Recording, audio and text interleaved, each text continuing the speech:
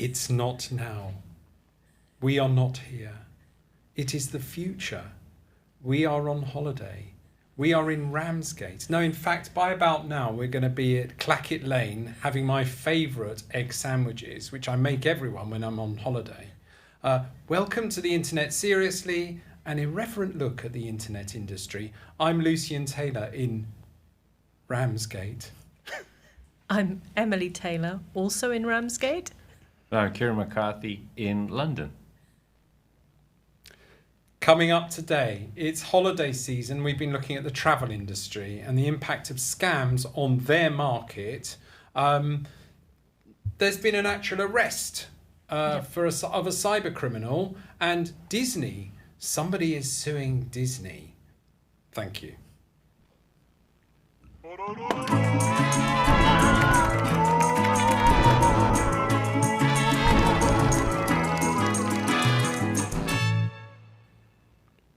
First of all, we need you to follow and like and whatever our podcast. We got some social shares coming up on the screen now. Please join us. Please support us.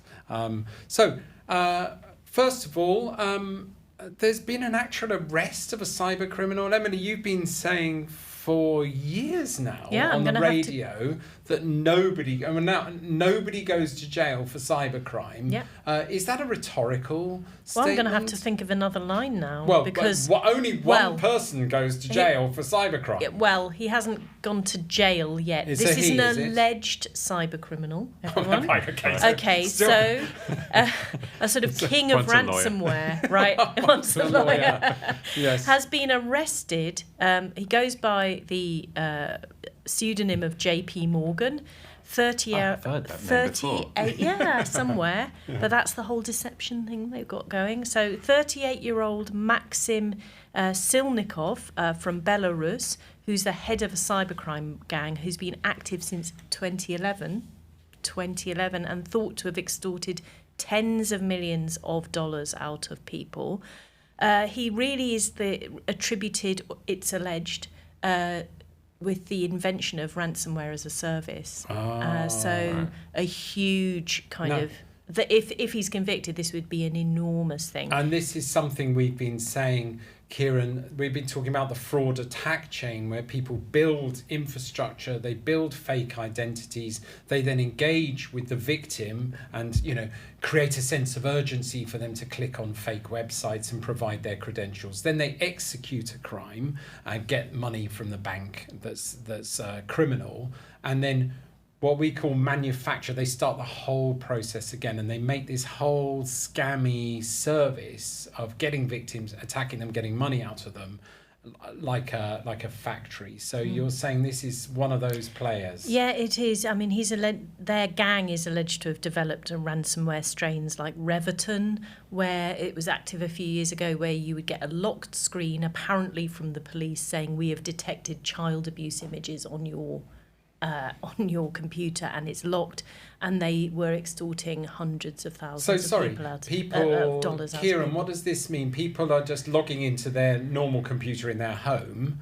and they're looking at sites that are just their everyday sites, and they're getting some sort of... Did you not? I mean, they don't seem to do this as much anymore. Maybe my systems are better, I don't know. But I used to get this. You'd be threatened with all kinds of things. What I get threatened with right now is seemingly from Meta, saying, we're going to lock down, we're going to close down your Facebook ads unless you do this. I mean, so this was an early iteration. It was like, you have been caught doing this, or you must download this piece of software to protect yourself from this. And of course, most people don't understand how this works. Were these from compromised websites themselves? So inadvertently, brands and hosting providers putting their corporate website on the internet, and then this group infiltrating the software? Well, I think it was a compromise. So it would be like when you first log on in the morning. So they've already infiltrated your system, I see, either at home or corporate.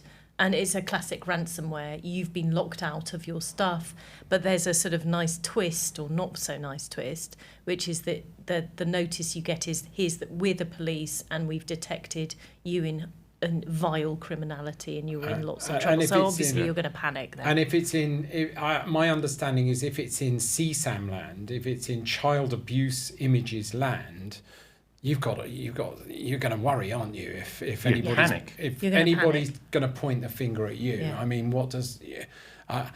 I could never imagine anything so awful. But if that happened to me, I would kind of. Yeah, What you'd would be you freaking do? out. You'd If you're- let everybody know. If you're then also given a way out, Yeah. you'd grab the way out. Yeah. Yeah, Yeah. but It's very effective. The psychology with some of these awful scams is really one of the things. impressive in a dark way. Yeah, it is. And one of the things that really comes across with this arrest, so the National Cyber, the National Crime Agency in the UK put out a release this week about it. They've been working with the US FBI, the US Secret Service, the Guardia Civil in Spain, the Polish authorities, Singapore police, Ukraine Security Service. So right there you see that just actually bringing someone to the point of arrest, he's now been extradited to the US, it takes multiple police forces. And we were talking last week about the Cybercrime Treaty. Now, actually, all of those countries, I think, are part of the Budapest Convention. So they already have a legal framework for cooperation. But you see how many countries are involved. And you were talking about infrastructure, Luz. The Singapore police were involved because of the location of infrastructure for this gang. And we've been looking at the anatomy of a scam and different parts of the scam, like the domain name, the top level part of a domain name, the actual domain name itself, and what we call the hosting part of the domain name, the DNS record. All three of those parts, which are of a domain name that are used to lure a victim, are actually controlled by three separate organizations. Yeah. You spread it around, don't you? It becomes much harder to coordinate. Yeah. We've really got to improve on this. as an We industry. were tracking down on every, and I'm going to give the name, every-uk.vip, okay? I was sent a text message saying, click on this, we want to help you with your delivery. We tried to deliver and we want 79p to re-deliver. And you're like, oh, I want my stuff. I'm going to pay 79p. And what you're doing is submitting your credit card information and all your private information to a scammer. So let's look at every-uk.vip. The VIP is managed by an American company called GoDaddy. Why are they allowing that to happen in their system? And .vip is one of the worst performing top level domains in our safest TLD list. It's right down at the bottom with a very high percentage of sort of. And the reason for that, I don't know if they're abusive still domains. doing it, is they used to allow you to register it for either for free or for $1. Wow. So it was incredibly easy to get a hold of. real I see. quality indicator. Not. And then you've got the every-uk, what we call the domain name part, the first level domain name, or is that second level? That second level was run by a Hong Kong registrar. Okay, so you've now got USA all the way around the world, Hong Kong, and then you've got a registrant who owns that domain name, hidden behind a privacy proxy, a record where he's allowed to cloak and not reveal her private personal information. He's in China. So you've got three different countries involved in that supply chain. Yeah, just the infrastructure bit. Yeah. It's a bit like those James Bond films where they call and they say, track it down, and the little beeps across. Oh, they've run it through a relay in South America. They've run it, it's now going to Hungary, and then they just put the phone down just before they find that they were in Bath. Loads of tracking, a big complexity, great fun for the scammers. Emily and I were trained by a strategist from the police force who said the criminals love the borders. In the olden days, the police cars used to drive all the way to the border, stop, ring up another policeman who would then get in their police car and carry on chasing you through the county. The criminal would come back knowing that it's just a total mess. And I think we're still in those dark ages. It's county lines, but gone global. Yeah. So it's all law and order with us today on the internet, seriously. Next, we're looking at holiday seasons, and we've been looking at scams in the travel industry. But before that, it's time for our guilty pleasure online. We're bored of asking each other about this. Kieren. So, Charlie, the man behind the desk, what is your guilty Oh, no, pleasure? Hold on. Let's Should not we let get him get Charlie away out? with that. Drag him out, somebody. We're Where gonna. do you want to sit? Do you want to We're sit here, gonna Charlie? put Charlie into Charlie the middle of it. in Well, the we middle. just want you on Charlie camera. in the middle next to. Okay, I know this is a podcast, but You yeah. go in the middle. You yeah, could just swap with swap me, next and to- I'll Emily, I'll go here. That's right. I'll go here. Whoa. Well, here you are. This is it, Charlie. Yeah, made the thing I love about Charlie, and I've worked with Charlie for quite a while now, is he's such a yes man. He says yes to everything. So I said today, you're on, Yes. yeah, you're on the guilty pleasure spot. Is it yes man? Yeah, That's yeah. a bit, no. It's What Emily up said for it. is it yes man? Because I don't think anyone can hear you Nobody because can you're hear off microphone, Emily. Stop She talking. just Can't she stop can't talking. stop, can she? She just needs to be on the microphone all the time. Anyway, I didn't mean to say that. I'm sorry. I'm very hurt. actually. Charlie. Yes. Tell us a bit about yourself. I wasn't expecting that. Well, it's live, yeah, Charlie, and yeah, you believe in that. I go by the name of musician, doing various different jobs. So I work here and do the sound and audio visuals for Oxford Information Labs, as well as doing other freelance musician stuff. And just to say, in my humble, Charlie is a fantastic drummer, an amazing drummer. That's very kind. But also a great sounds man. But yeah. Wait. Hey, Igor, our camera person, has actually figured out some cheering and clapping. He's doing your job. That's what happens. Kieren, you have a question for Charlie. Yes, what is your guilty pleasure? Well, I'm going to Gen Z you here. And I'm going to say, I don't believe in guilty pleasures. I think if you enjoy something, That's an you should just existential enjoy answer. it. But I do have a genuine answer to this. So It's not weighed down by guilt. Guilt. I- He's not going to carry that baggage, man. exactly. Yeah. So I remember a few episodes ago, you said that you liked watching Nigel Farage Minecraft videos. And that really spoke to me, because you're talking on my level now. And it's something called a YTP, which you might not have heard of. It's basically, I haven't, because I'm sorry, I was born in 1932. I didn't say that. So it's basically where you have a bit of media and the editor chops it up and makes people say things that they didn't actually say. Yes. So I love watching politicians. They're making a great speech, but the editor has completely garbled their words to make it. They just say Yes. the most outrageous stuff, Yes. and it just cracks me up. Yeah, And that's good one. my I like guilty that. I've got pleasure. a great idea. Trump in reverse. Yeah. Take a Trump speech and turn it into That's an it. incredibly could- coherent, yeah. powerful A speech. passive, yes. I think his the same speeches are thing. quite powerful, actually, but coherent, or maybe passive, supporting ethical and high quality culture, and Yeah. and everybody loving each other. It's a good guilty pleasure. Yeah. Or Yeah. not guilty pleasure. Just a pleasure. Pleasure. Pleasure. Thank you, Charlie. Thank Off you you. go. See you soon. See Thanks you. very much. Great to see you. So,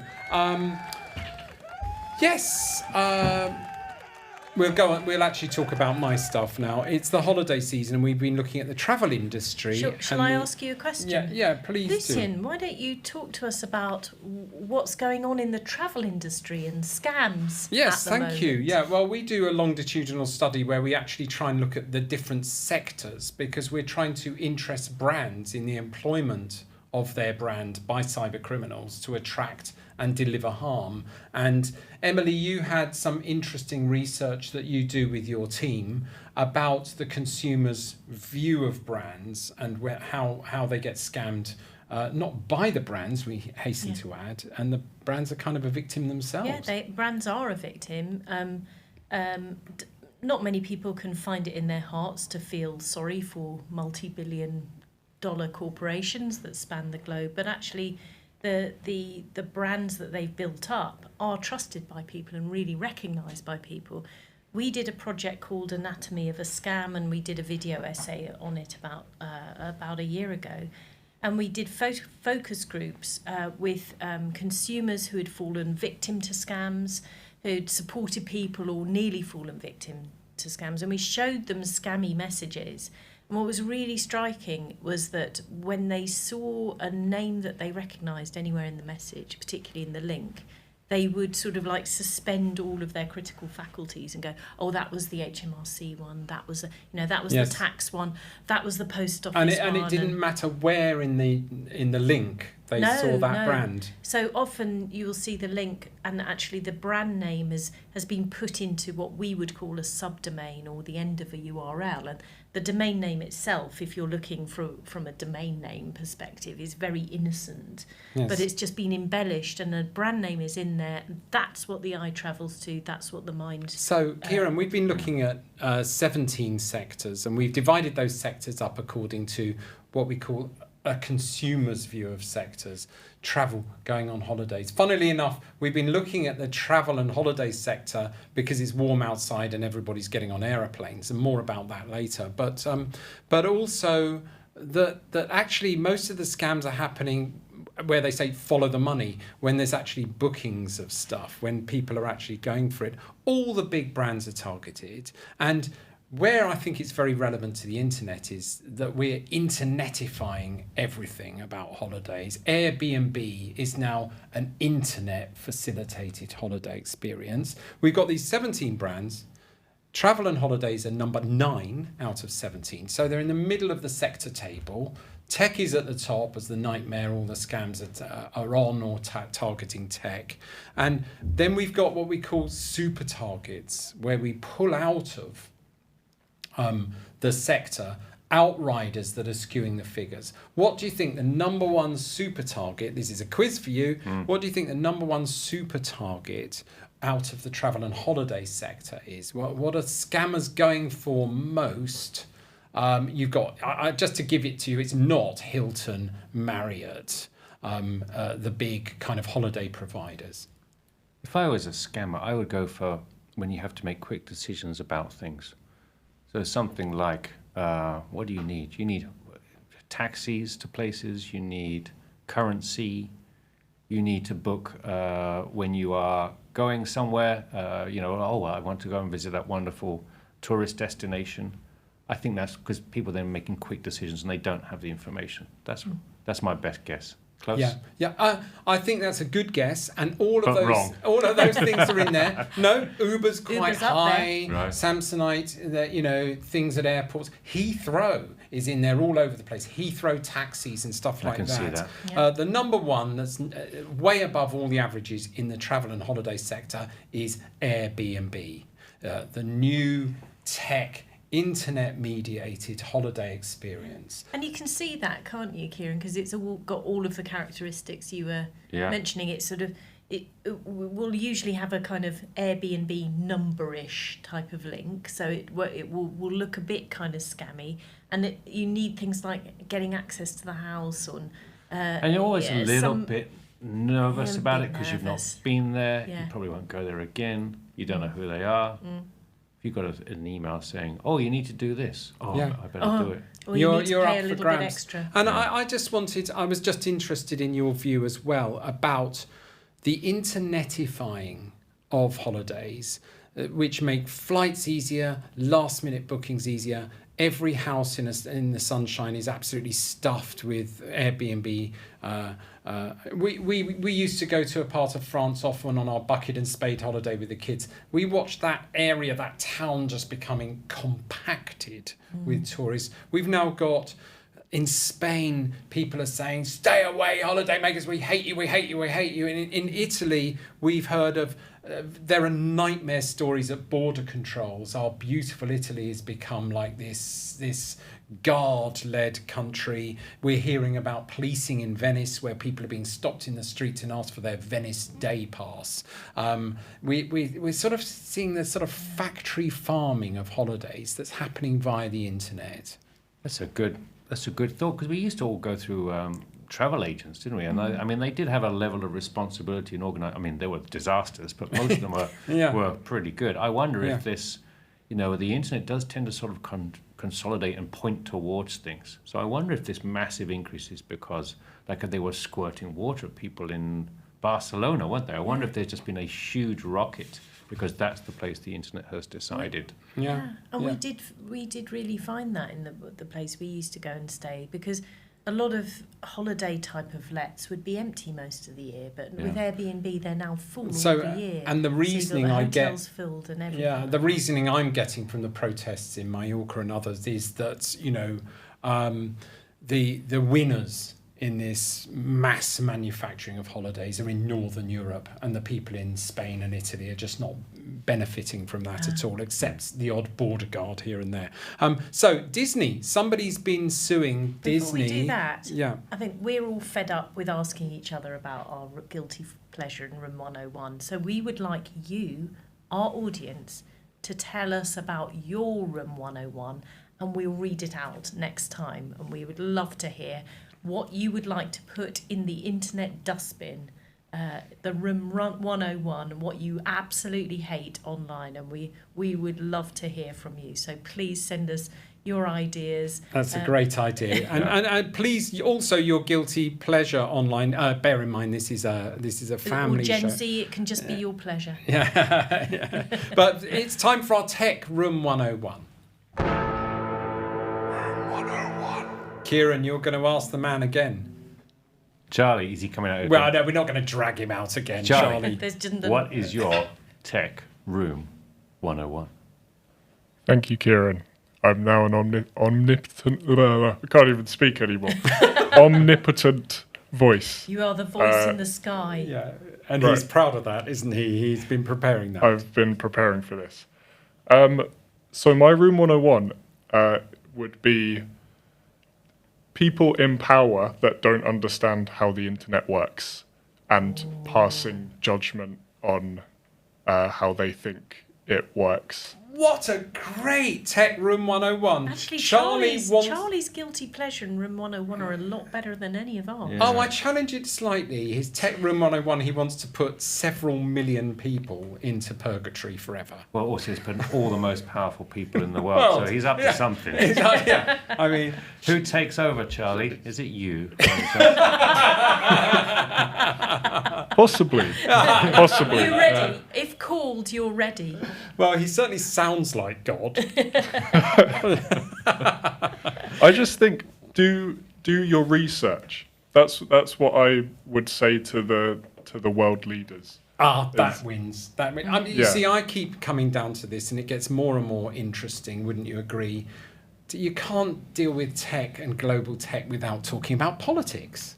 No, it's all politics these days. I remember we would talk to, I lived in the US for a long time, and we'd try and get something really important through to the Senate, or we're about to discuss it, and you'd talk to a staffer and you'd walk it through, and they'd get most of the way there, mostly younger people, very smart, and it would filter through to the senator, and then he'd ask a question of somebody, and it would be just all over the place because they didn't understand it at all. It reminds me of them questioning Zuckerberg when they and people said they had this opportunity to cross-examine one of the most powerful people in the world with the biggest audiences in the world, and they just sounded like old people. And they don't know what they're doing, and so they fall back on politics. And the same when they had a corporate leader of TikTok. And they all looked like they were like 90 billion years old. Yeah. And isn't it true that there's a thing called the interwebs where Chinese people can steal our identities and kill us? I have to talk about it. Last week, Elon Musk started to get into politics. Clearly, he's seeing himself as the next president of the United States. Where are you with Musk? I mean, I think he's actually in his own bubble these days. Well, we had a comment. I don't think we can get it up. Somebody said to me, "You don't understand. He's actually, when he was talking about one of the counter riots in the UK last week, Musk weighed in there and said, "You've got to represent everybody. You can't just represent people who don't really who don't agree with right-wing politics." And there was a counter riot one of them in Birmingham, with somebody with a sword. Forgive me if I don't remember all the precise details, but there was something in it. It was like the new Labour government, who, you know, I should be a Conservative. I'm not, because they were treacherous. I voted Labour, but I don't trust Labour, and I think in the next 2 months they're going to break every promise they've made. They're in the pockets of the unions. I love unions, but you shouldn't run the country as a union.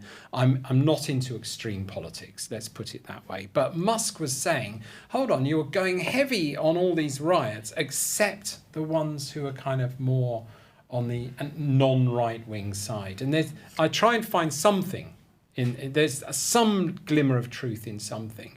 My question for Musk is, if you're going to be a politician, if you're going to be a leader of the people, where are you on the front line? You're doing typing from California. Yeah, he's not a politician. He's a wannabe politician, and the problem is he can't learn because he's so high profile. He's going to make mistake after. I mean, I don't know what he's doing, but right now he's damaging Twitter, X. People are already talking about. I've been pulling seeing off. it like this week on Threads, because I'm on Threads. What is that? There's been, so Threads is It's the meta it's version. the meta version, I know, and it was a launched rhetorical last question. summer, and it was like, oh yay, oh nothing, and then and then this week I've seen a real influx of journalists and people who are like, I just can't take it anymore. People are moving. Particularly British ones. who People are just like, shifting. I'm Well, fed up. because he started interfering and saying there's an civil war is inevitable and inserting himself into something he knows nothing about. Oh, So Charlie, just Charlie, dangerous. you've triggered us. You set You've us moved off now. You've moved us away from what we're meant to be talking about. And you got up the comment, well done, Musk is not So the it's enemy. from Dimebag 1977. I'm sorry if I made out that Musk is an enemy. We try and give other sides and points of view, but there are some people I find very difficult. I think Musk should stick with cars, not tech. The fact that he's in tech gives him a huge market and voice, and I can see that he's clearly fancying himself as the president of the United States, and he's starting by giving Keir Starmer, who deserves a ticking off, he's giving him a ticking off. Anyway, that was far too interesting. Next up, just finally, Disney. Somebody's suing Disney. Yeah, so I like this story because it just shows the depth of insanity of lawyers. so it's a tragic story. A guy and his partner. It's a tragic story, and that's why I'm laughing. They went to a Disney park. I can't remember which one, and they died because they died. Yeah, they ate some food in one of these fake Irish pubs. They were highly allergic to something. This can happen everywhere. Yeah. It can happen, and so they end up terrible, suing but- Disney and this chain. Quite right. And saying, you shouldn't have had this in there, and so on and so Yeah. forth. Disney has come back and said, no, you can't sue us. You must go through arbitration. And their rationale is because you signed up for a Disney Plus subscription for a week several years ago, and within the terms and conditions of that was any issues you have to go through arbitration. Sorry, is this... What? So Sorry. they do a stream. This is What? this is real. This is insane. This is their legal What? So they argument. signed up for a free trial of a streaming service at Yeah. a different time, Yeah.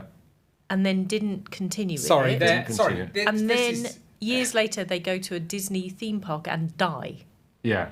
And their Disney family says can't sue them the because... terms and conditions cover everything that Disney owns and I'm runs. sorry. Wow. The Disney lawyers are clearly on holiday, and the people left behind have typed into It's a AI, chatbot, yeah. and they've said, "What should we do about this?" And they've come up with this absolute. It does garbage. feel like an AI Yeah. lawsuit response, isn't it? Do It's you- so wild. Do you It won't remember hold up. Alton And Towers? what would be more scary is if it succeeds, because actually, If it succeeds. to oof. nerd out as a lawyer.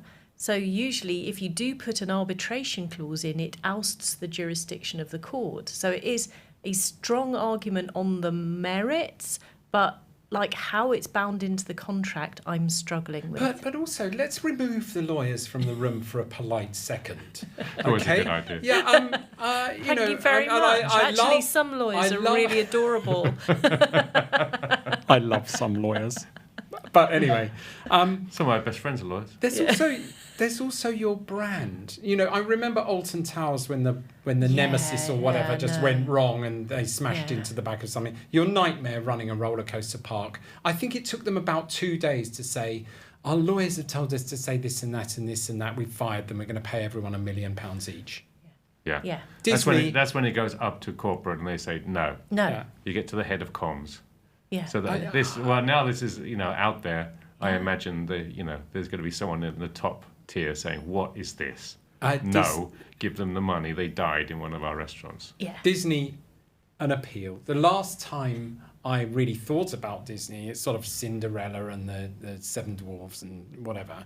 You're all nice and fluffy and friendly and fairies and things. Just pay some money. Just get real. Lucien said it now. What So have we there been we talking go. about today? Kieren, you've been talking about... The insanity of lawyers. Emily. I've been talking about an actual cyber criminal allegedly being actually arrested. But not put into jail. Not put yet. into jail, but extradited. It's been a long journey. We need a it's follow-up pretty on that amazing. one. We're going to have a follow-up. Thank you. And Maybe for in me, 5 it's years. holiday season. We've been looking at the market, the travel industry and the impact of scams on that market. And on that note, goodbye from our holiday.